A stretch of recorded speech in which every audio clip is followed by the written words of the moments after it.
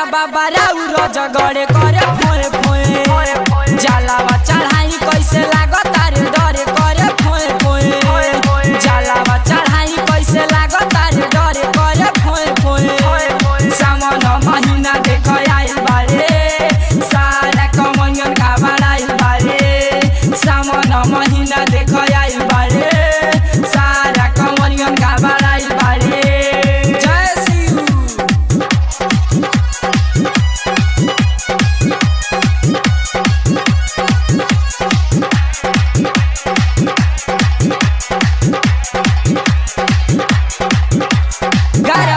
बाटे बाबा रउआ जगड़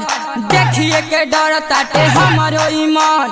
मारे फुफुकारा बाबा राउर जगड़े करे फोए फोए जलावा चढ़ाई कैसे लागता रे डरे करे फोए फोए जलावा चढ़ाई कैसे लागता रे डरे करे फोए फोए सावन महीना देख आइल बारे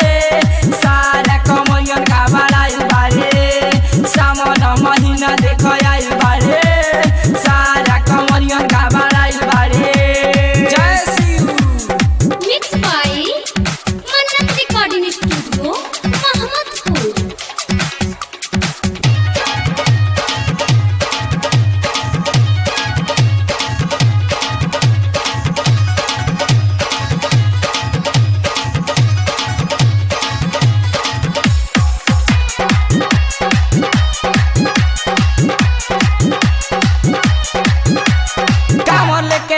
बानी हम देव घर गोड़वा दुखाता नहीं होते बा सहन मारे फुफुकारा बाबा राउर जगड़े करे फोए फोए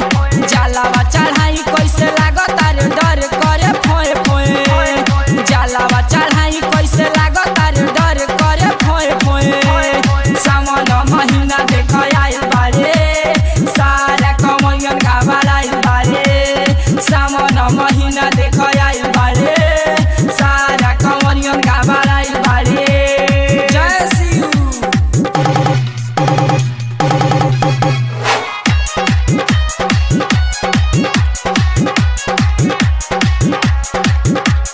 राइटर रविंदर देखी रह गइले दन गुडुला याद के डर ताटे मन मारे फुफुकारा बाबा राउर जगड़े करे फोए फोए